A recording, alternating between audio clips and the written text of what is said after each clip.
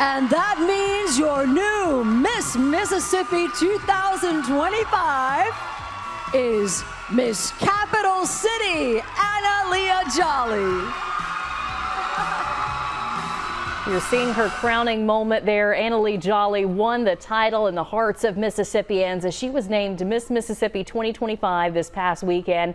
And now she's here in our studio to talk about her road to victory, her passion for service, and what's ahead as she prepares to represent the state on the national level. Thanks so much for joining us today. I know you're very busy after this past weekend. What does it feel like to watch that video again? Wow, I was just seeing the genuine reaction at that moment. I wish I could have controlled it more, but I was just so excited and honestly giving back the glory to God. I'm sure it's a surreal moment for you today. It really was. I mean, especially since last year was my first year competing.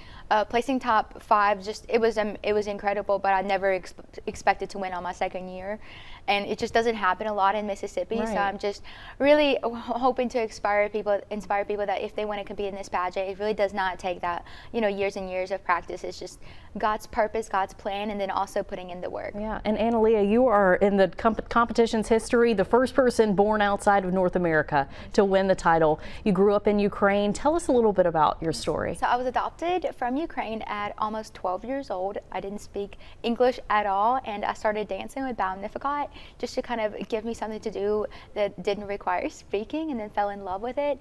And then I guess 10 years later, I own my own dance studio within Courthouse Gymnastics called Studio A Dance Company, and I now wear Miss Mississippi across my chest, which just means so much to me, because living the American dream, I feel like it can get lost on us that it's still real and it's still possible. So it's really an honor to compete at Miss America representing Mississippi.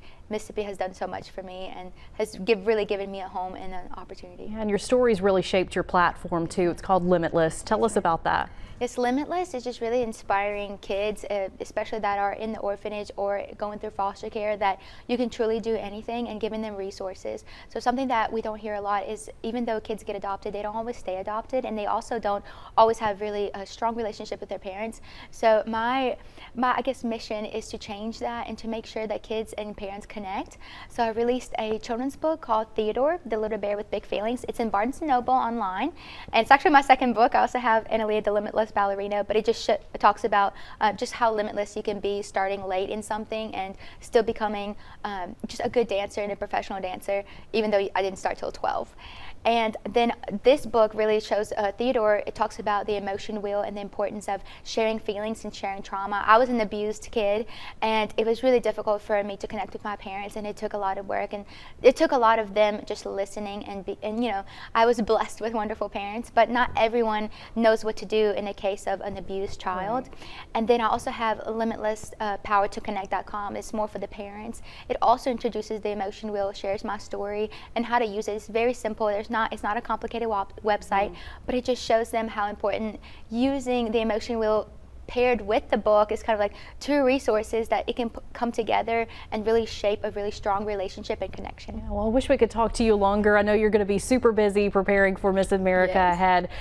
We appreciate you coming here, and you're a well-represented person for the state of Mississippi. We appreciate you being here with us today. Thank you.